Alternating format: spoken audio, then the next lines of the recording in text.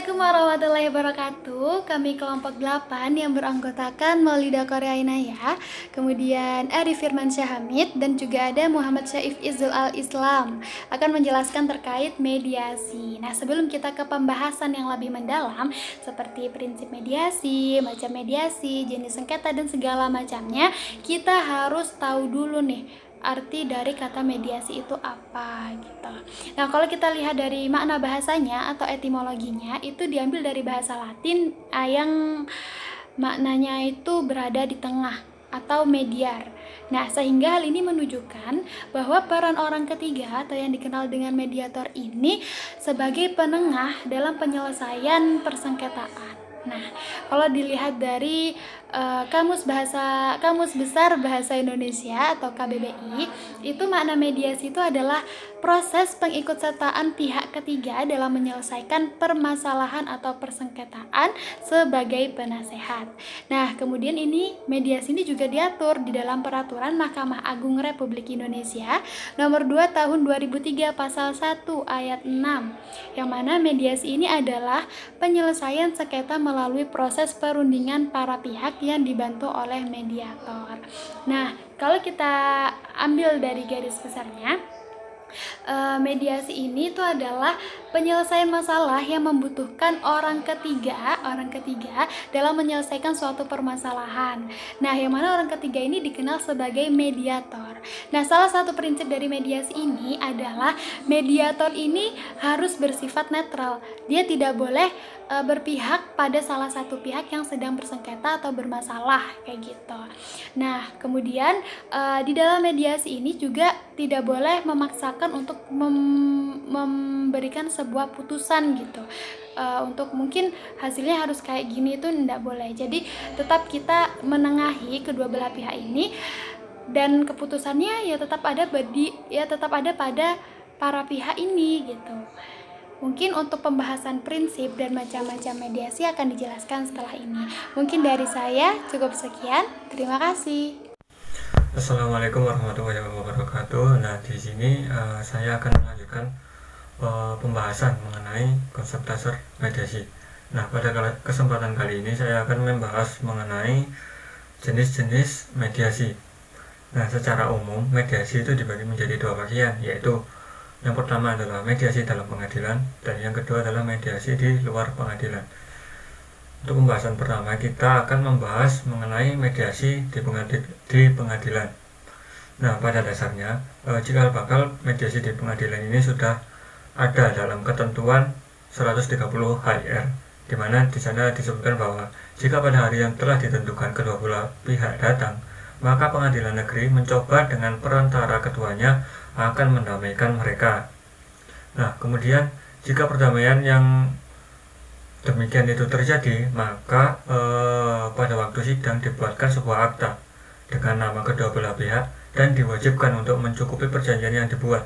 Maka surat tersebut akan berkekuatan dan akan dilakukan sebagaimana putusan hakim biasa.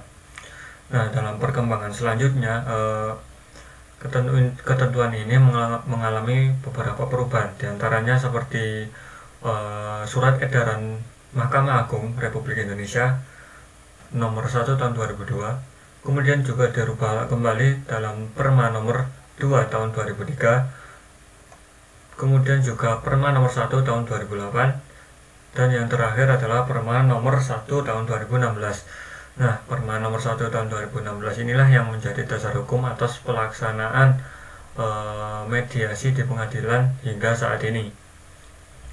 Nah, pada intinya mediasi dalam pengadilan ini ada dua tahapan, yaitu yang pertama pramediasi dan yang kedua adalah proses mediasi. Untuk pramediasi di sini hakim itu menjelaskan kepada kedua belah pihak tentang prosedur mediasi dan memuatnya dalam berita acara persidangan pada sidang pertama. Kemudian hakim itu mewajibkan mereka untuk menentukan seorang atau lebih mediator yang tercatat dalam mediator pengadilan dalam waktu maksimal 2 hari kerja. Nah, hakim yang menangani perkara ini wajib menunda persidangan dan memberikan waktu kepada kedua belah pihak untuk melaksanakan mediasi. Berlanjut ke tahap selanjutnya, yaitu tahap proses mediasi. Nah, setelah penunjukan mediasi tadi dalam jangka waktu 5 hari kerja, para pihak ini harus sudah menyerahkan resum perkara kepada pihak yang lain dan juga kepada mediator. Kemudian proses mediasi ini dilakukan selama 30 hari, dan jika dirasa perlu untuk penambahan waktu untuk melaksanakan mediasi ini, maka ada tambahan waktu 30 hari. Nah, kemudian setelah kata sepakat ini ditemukan oleh para pihak, maka para pihak dibantu mediator itu wajib menyusun kesepakatan secara tertulis yang ditandatangani oleh kedua belah pihak, kesemua pihak, dan juga mediator. Kemudian mediator ini kemudian membuat laporan tertulis keberhasilan mediasi yang nanti ditunjukkan kepada hakim, disertai lampiran kesepakatan perdamaian yang telah dibuat. Nah, kemudian dalam kurun waktu 2 hari kerja, hakim dituntut untuk mempelajari dan meneliti materi kesepakatan perdamaian, dan jika sudah dirasa memenuhi ketentuan, maka hakim pemeriksa perkara dapat mengeluarkan penetapan waktu sidang untuk acara pembacaan akta perdamaian. Nah, untuk pembahasan yang kedua yaitu mediasi di luar pengadilan. Nah, mediasi di luar pengadilan ini pada dasarnya sudah ada dan berkembang pada masyarakat, karena mediasi di luar pengadilan ini sudah menjadi bagian dari adat istiadat masyarakat setempat. Cuma dalam hal ini istilahnya yang digunakan atau penyebutannya yang digunakan itu berbeda-beda masing-masing daerah.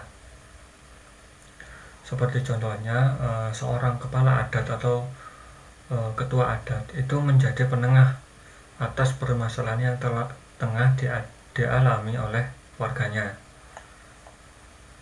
Kemudian dasar hukum dari mediasi di luar pengadilan sendiri ada beberapa ketentuan, yaitu yang pertama bisa dilihat dalam pasal 6 Undang-Undang Nomor 30 tahun 99.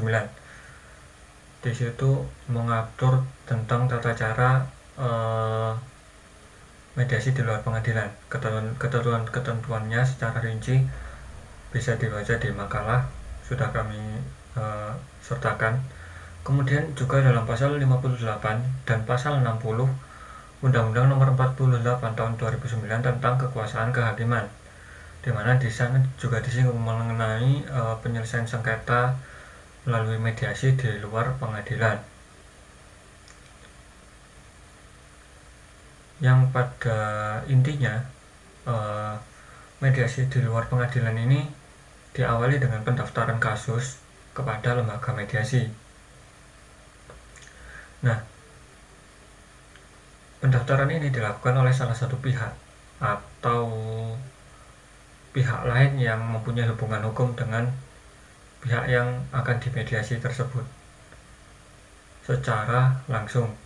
Kemudian jika termohon itu menyetujui penyelesaian sengketa dengan mediasi ini, maka para pihak bisalah secara langsung memilih mediator. Nah, mediator yang dipilih ini akan membuat kesepakatan mediasi yang berisi tentang aturan dalam proses mediasi, penjelasan mengenai mediasi, kode etik mediator, tugas mediator hingga biaya jasa mediator, serta biaya untuk tempat melakukan mediasi. Nah, 7 hari sejak pendaftaran kasus ini kepada salah satu lembaga mediasi, maka itu harus sudah ada mulai usaha untuk melakukan mediasi. Nah, pada dasarnya mediasi di luar pengadilan itu mempunyai 2 proses atau 2 tahapan. yaitu yang pertama proses definisi, di mana mediator ini memberikan kesempatan kepada para pihak untuk menyampaikan permasalahan-permasalahan yang sedang dihadapi dan harapannya dalam penyelesaian sengketa ini. Kemudian tahapan yang kedua yaitu proses penyelesaian masalah. Pada tahap ini para pihak itu bisa melakukan tawar-menawar apa saja yang disepakati dalam masalah tersebut. Nah, jika dalam proses ini tercapai kata sepakat, maka mediator dapat membuatkan draft kesepakatan yang kemudian diberikan kepada para pihak. Dan kemudian jika dirasa tidak ada perubahan lagi, maka dibuatkan kesepakatan perdamaian secara tertulis dan ditandatangani oleh seluruh pihak termasuk mediator. Jika para pihak menghendaki kesepakatan perdamaian ini dinaikkan menjadi akta perdamaian, maka mediator itu wajib menandatangani untuk kemudian dituangkan dalam atau dengan dibuatnya akta perdamaian secara notarial atau otentik.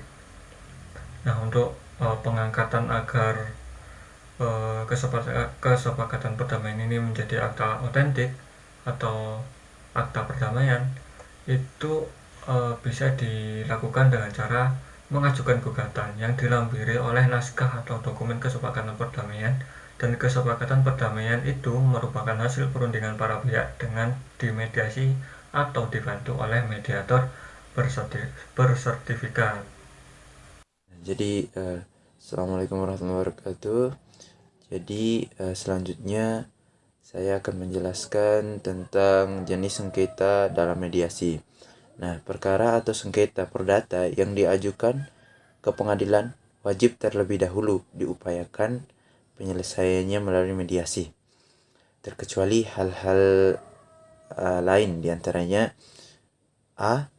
Sengketa yang pemeriksaannya di persidangan ditentukan tenggang waktu penyelesaiannya meliputi antara lain: 1. Sengketa yang diselesaikan melalui prosedur pengadilan niaga. Yang kedua, sengketa yang diselesaikan melalui prosedur pengadilan hubungan industri. Yang ketiga, keberatan atas putusan Komisi Pengawasan Persaingan Usaha. 4. Keberatan atas putusan Badan Penyelesaian Sengketa Konsumen. Yang kelima, permohonan pembatalan keputusan arbitrase. Yang keenam, keberatan atas putusan Komisi Informasi. Yang ketujuh, penyelesaian perselisihan partai politik. Yang kedelapan, sengketa yang diselesaikan melalui tata cara gugatan sederhana. Dan yang kesembilan atau yang terakhir yaitu sengketa lain yang pemeriksaannya di persidangan ditentukan tenggang waktu penyelesaiannya yang di dalam ketentuan peraturan perundang-undangan. Yang ke B yaitu sengketa yang pemeriksaannya dilakukan tanpa hadirnya penggugat atau tergugat yang telah dipanggil secara patut. Yang C, gugatan baik atau rekonvensi dalam maksudnya pihak ketiga dalam satu perkara atau intervensi. Yang ke D, sengketa mengenai pencegahan, penolakan, pembatalan, dan pengesahan perkawinan. Yang ke E, sengketa yang diajukan ke pengadilan setelah diupayakan penyelesaian di luar pengadilan melalui mediasi dengan bantuan mediator bersertifikat yang terdaftar di pengadilan setempat tetapi dinyatakan tidak berhasil berdasarkan pernyataan yang ditandatangani oleh para pihak dan mediator bersertifikat. Nah, untuk jenis sengketa yang dapat diselesaikan melalui mediasi yaitu 1. Sengketa yang mengenai hak yang menurut hukum dan peraturan perundang-undang dikuasai sepenuhnya oleh pihak yang bersengketa. Terus yang kedua yaitu sengketa yang menurut peraturan perundang-undangan dapat diadakan perdamaian. Yang ketiga, sengketa yang telah memenuhi yang ketiga yaitu sengketa yang telah menempuh upaya musyawarah tetapi para pihak tidak berhasil mencapai perdamaian. Dan yang keempat, antara pemohon dan termohon telah terikat dengan perjanjian mediasi. Mungkin itu saja presentasi dari kelompok kami. Sekian. Wassalamualaikum warahmatullahi wabarakatuh.